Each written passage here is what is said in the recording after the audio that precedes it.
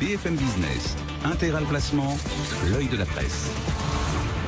Oui, effectivement, c'est la rentrée, vous dites, c'est les vacances, puisque j'ai pas été là pendant quelques temps. Alors, les vacances, c'est effectivement un sujet passionnant. Vous savez, pas si vous avez vu cet été, mon camarade Christophe Barbier a allumé la mèche en sortant un édito plaidant pour la suppression de la 5e semaine de congés payés, la suppression des RTT, de quoi mettre les réseaux sociaux en moi, notamment Twitter. Ouais, et vous, ça vous aurait bien gêné quand même, vu le... Ouais, c'est ça, j'ai pris quelques... Alors, non, j'ai bien réfléchi à l'édito de l'ancien directeur de la rédaction de l'Express. Finalement, j'ai fait le choix de ne pas prendre position sur le sujet. En revanche, je vous propose une autre mesure, l'interdiction de prendre des vacances la semaine du 14 juillet. Ce serait une très bonne décision pour les épargnants. Pourquoi ? Parce que quand vous êtes en vacances, Cédric, vous tournez le dos à votre quotidien. Et donc, à ce moment, derrière votre dos, il peut se passer des choses qui ne sont pas très agréables. Et pourquoi une fixation sur la semaine du 14 juillet ? Il n'y a même pas eu d'intervention du président ? Parce que cette semaine, lui, il a compris qu'il fallait pas changer des choses. Parce que cette semaine, elle est excessivement dangereuse pour les détenteurs de patrimoine. C'est prouvé scientifiquement sur la base d'études historiques. Alors, un exemple historique, justement. Nous sommes en 1976, année de sécheresse et de canicule. Le 18 juillet, la France est au chaud à cause de cette météo d'enfer et de ces satanées vacances. Et pendant ce temps-là, Albert Spaggiari et son gang empruntent le tunnel qu'ils ont patiemment creusé pour venir dévaliser les coffres des clients de la Société Générale de Nice. Bon, oui, là, on n'est pas dans l'actualité patrimoniale, et puis c'était il y a plus de 40 ans, vous n'avez pas plus frais ? Si, tiens, on va prendre un exemple. L'an dernier, 13 juillet 2016, vous vous souvenez, j'espère ? Vaguement. Un décret, c'est ça, sur l'assurance vie, sur les... Un décret, effectivement, histoire de faire la courte échelle à l'eurocroissance, produit sans grand intérêt, malheureusement totalement incompréhensible. Le microcosme politico-financier a une idée géniale. Et si on prenait les plus-values qui sont sur le fonds en euros pour les refiler aux clients de l'eurocroissance ? Certes, c'est pas légal. On fait donc une consultation publique l'automne auparavant. Alors, les amateurs, d'ailleurs, de ce coup de gueule font péter le standard de la Direction Générale du Trésor. Là-bas, on se dit, zut, les gens ne sont pas d'accord. Comment faire ? Eh bien, il suffit de changer les règles, ni vu ni connu, avec un décret pris le 13 juillet et publié le lendemain, c'est-à-dire le 14, au journal officiel. Bon, d'accord, donc 40 ans, et l'année dernière, et vous nous en faites une généralité. Cette année, il ne s'est rien passé ? Si, l'info à ne pas rater, elle a été publiée le 13 juillet de cette année. Au départ, un communiqué de la Banque de France, intitulé « Dans une optique de stabilité, le gouverneur de la Banque de France propose le maintien du taux du livret A à 0,75%. » Et en allant un peu plus loin, on découvre que le gouverneur propose au ministre de ne pas augmenter le taux du livret A à 1%. Alors, que fit le ministre ? Il sauta de joie sur son fauteuil en criant « Mais que je l'aime, ce gouverneur de la Banque de France !» Et pendant ce temps-là, les épargnants, eux, ils étaient partis en vacances. Oui, enfin bon, entre l'un ou l'autre taux, c'est des clopinettes, quoi. Les clopinettes, on peut mettre des chiffres. Vous avez 10 000 euros et vous perdez 0,25% sur votre compte sur une base annuelle. Ça fait donc 25 euros, soit 5 fois le montant de la réduction des APL qui a mis le pays dans tous ses états. Cela dit, votre remarque, elle est intéressante car vous pensez bien, petit épargnant, français de surcroît, avec ce réflexe qui est « pour ma pomme, ça donne quoi ?» Quelques centimes, quelques euros, pas de quoi s'énerver. Moi, j'essaie de penser un peu plus large. Alors, savez-vous par exemple quel est le montant de l'encours de l'épargne réglementée constitué par le livret A, le livret de développement durable et solidaire et le livret d'épargne populaire, le LEP ? Donc, il faut tout additionner, quoi. Ouais, les trois.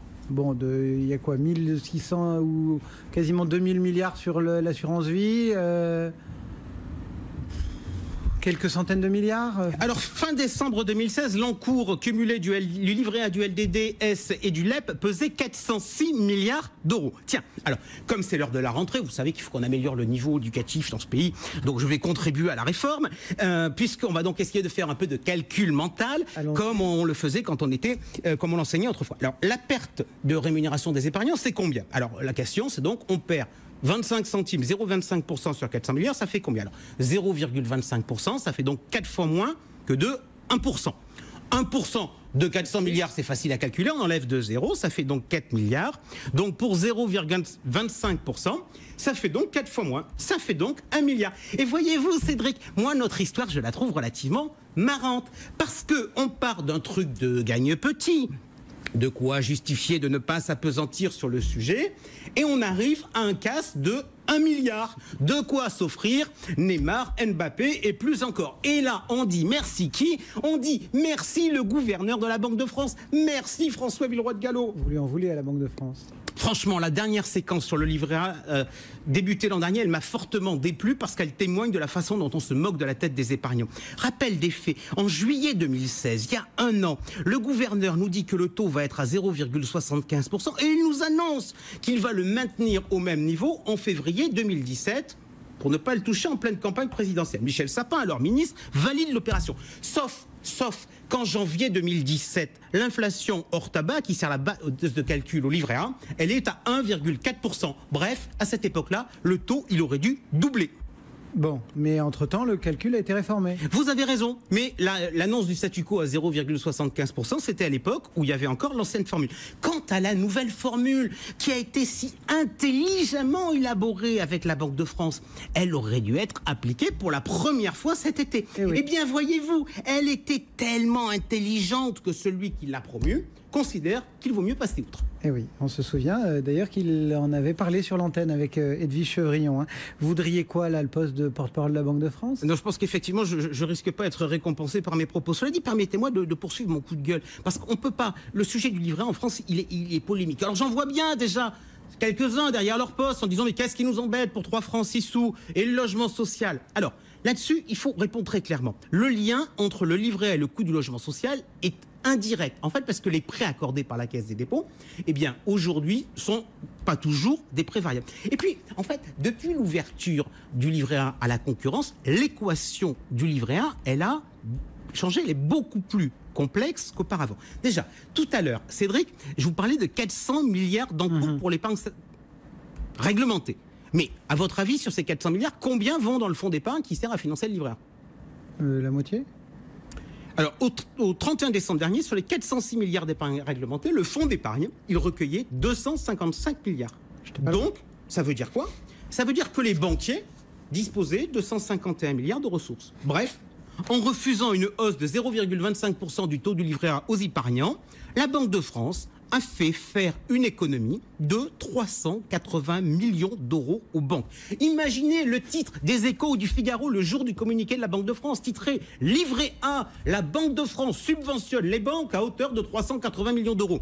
Il y aurait peut-être eu une certaine émotion chez les épargnants consommateurs qui, eux, voient leur facture bancaire... On passe d'1 milliard, tout à l'heure vous nous disiez c'était pas gagne petit, à 380 millions, ça a fondu comme neige au soleil quand même. Alors le reste, la question effectivement, le reste c'est quoi? Il y a un bout qui est dans le logement social, et puis il faut savoir qu'une partie qui est non négligeable, actuellement c'est environ un tiers de l'encours du fonds d'épargne qui est placé sur les marchés. Donc il reste placé comme auparavant, sauf qu'on va donner 25 centimes de moins aux épargnants, donc ça permet d'accroître le bénéfice. Et on va donc se poser la question, que devient le bénéfice du fonds d'épargne? Eh bien, il est partiellement récupéré par l'État dans son budget. L'an dernier, le fonds d'épargne, 621 millions de bénéfices.